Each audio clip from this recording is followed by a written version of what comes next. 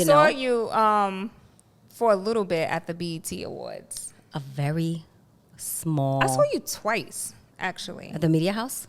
I saw you at the Media House, and I saw you at the actual award show. I believe you were with Ray J. Was I running after Ray J? You was with Ray J, and me and Remy was like kind of at the bottom. Yes, I saw y'all. I saw y'all. Now I remember. But I wanted to know what was going on with Ray J. Why was he being so loud like that? Oh my God. Was he just craving for attention? Because no, I mean Ray J is being Ray J. As far as I'm concerned, like I've known Ray J since he was, I'm gonna say 14, but he was very young when he first came to my office at the Source. And back then, and this is before he was putting out his music, or when he was about to put out his music, I knew instantly he was going to be a star. I'm like, this is a star, right? Even though this was Brandy's little brother, this is a star. I could tell he had that personality and charisma. Now, I did not anticipate that reality TV would, in the hip hop space especially, would become what it was.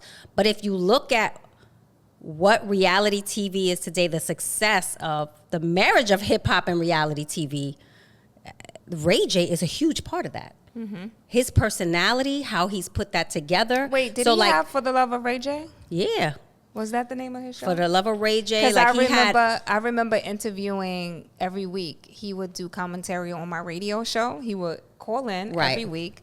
And then the girls would chime in. And then at the reunion shows, I would fly to wherever he was at the reunion shows, and capture content. If you just think about from a content perspective, right? Can you believe that? Like, and the producers are laughing like, what? Yeah, you used no, to do that? I did, and I would air it back. I would come with my tape recorder, because back then, we didn't think about media as a visual. No. You know, when in radio, I would come with my microphone and my audio recordings, but I wouldn't come with my cameras.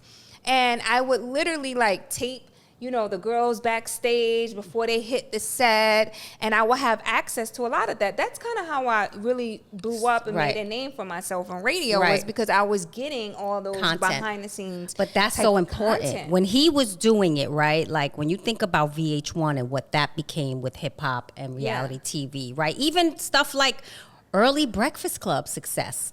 Right? Like it was, remember his interview was like the thing that really went viral for I don't know if it was the first time, but that's the interview that put the show on the map. It was Ray J. He was at the core of that. So even when you look at Zeus, and that's what happened that night at VT Awards that people were talking about. So was that real or staged? Their interaction? Yeah. I mean, because it felt very stagey, because he is promoting. They really don't get along though. For real, because Ray J started his own network, right? Right, but remember, he was down with Zeus at one point. Okay. Early on. I didn't know that. You just early on, I believe. Correct me if I'm wrong out there, but from what I remember, when they launched that network, he was a part of that launch. So Ray J had a show with Princess, I think, and that show was on that network, and that was the thing that put Zeus on the map. In my mind, I remember my first interaction or first knowledge of Zeus was Ray J. So I don't really know what happened. The business, I don't know. He's launching his own network now. We saw at the BET Awards, and it's funny that you saw me with him, because I was working with them on the network on something they were doing backstage where he was hosting, and he just wanted to come out for a second. So he, of course, in his true Ray J fashion, he ran out from backstage, and the cameras couldn't move because they were on sticks. So I just kind of was capturing stuff on my phone. And it was so hectic right there. He couldn't get in during the commercial breaks, and he had to go back to host. So he never got into that door. But it had nothing to do with the security of it all. Because I was like, what in the world? That happened later. By the time the videos, and people that knew that I was working with them on something backstage were like, oh my God, did you see those videos that came out were hours after the award show was over. Where they got into it. Yes, that was when allegedly slapped him. I saw the video. I left Ray J. The hand did kind of touch the face. Listen, I saw the videos the next morning. When I left him, he was in the lobby of the hotel, and I had gone upstairs, and I don't know what happened after that. I don't know what party they went to, where that was. I don't know anything about that. But I literally saw it the next morning. I was like, oh, my God. Do you like working on reality television? Sometimes. If I have talent that understands what it is, then I like it. If I have talent that doesn't get it, that they actually think like my life is a reality show or I'm so famous and that's going to make this show successful, that doesn't work on reality TV. So you never wanted to be in front of the camera? You always just wanted to do the behind the scenes? I did the front of the camera thing first. Yeah. Because when I came out of The Source, right, that was, but I was kind of, I think I was at the point where. That was that new show, right? I forgot the Gossip name. Game. Gossip Game. I was aging out by that point. It's Yeah. already like people online was like, she's too old to be. I was like, well, damn. Because you look now at the guys on reality TV, they older than me. Yeah. But for women, you age out very quickly.